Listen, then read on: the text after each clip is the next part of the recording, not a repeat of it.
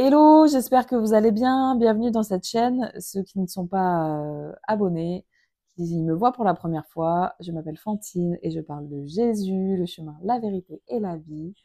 Euh, En ce moment, on est sur une petite série d'exhortations autour de la relation entre Jéthro et Moïse dans le chapitre 14 d'Exode.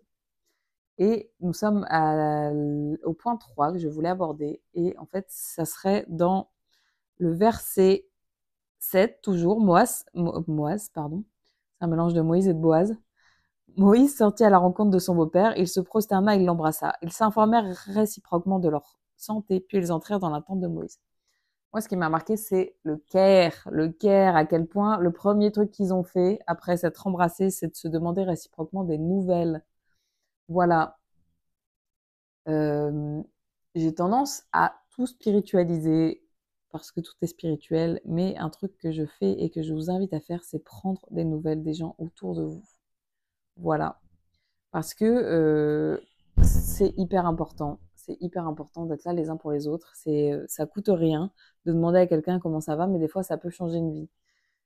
Il y a des fois, on peut passer à côté de situations très, très dramatiques juste parce qu'on n'a pas pris le temps de se poser et de vraiment faire attention à la personne en face de nous. Il y a une sœur la semaine dernière qui, alors qu'on était dans un événement où il y avait plus de 300 personnes, qui m'a vraiment regardée et qui m'a dit Salut Fantine, comment ça va? Et en fait, elle a senti que mon ça va, il était un peu Ah, ça va, super. Et en gros, elle a pris le temps de creuser en me disant Écoute, Fantine, là, c'est un safe, c'est un endroit, cette conversation, c'est un endroit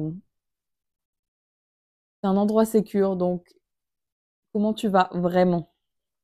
Et j'ai pas mal entendu ces derniers temps, Fantine, tu sais que t'es pas obligée d'être forte tout le temps. Déjà, ça, juste pour la petite anecdote, en fait, c'est pas devant les hommes que j'ai besoin de pleurer, hein. C'est dans le lieu secret. Ma vie, elle ressemble au psaume de David, où on épanche son cœur. Mais bon, en tout cas, voilà, bref, je sais que tout le monde n'a pas cette grâce de pouvoir remettre vraiment entièrement, intégralement ses problèmes dans les mains de Dieu. Donc, n'hésitons pas vraiment à être des bénédictions pour les autres. Et des fois, bah, ça passe en comment tu vas, sincèrement. Moi, je déteste demander aux gens comment ils vont, comme si je leur demandais s'ils avaient acheté une baguette, quoi. Je suis vraiment très, très, très intentionnelle dans ma façon de demander aux gens comment ils vont.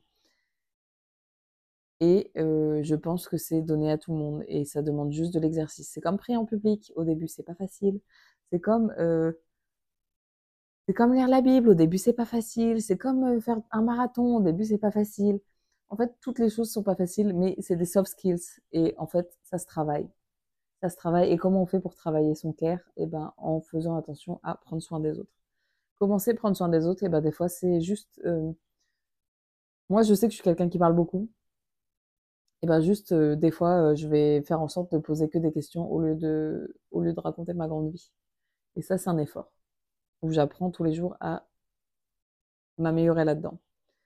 Euh, je sais qu'il y a d'autres gens pour qui c'est juste être consistant dans le fait d'envoyer des nouvelles ou de demander à l'autre comment ça va. En fait, la relation, elle a besoin d'une réciprocité. Comme je le disais avant, la relation, elle a besoin d'une réciprocité. C'est hyper important. C'est le nerf de toutes les relations. Voilà. On parle de notre, pardon, on parle de notre relation avec Jésus.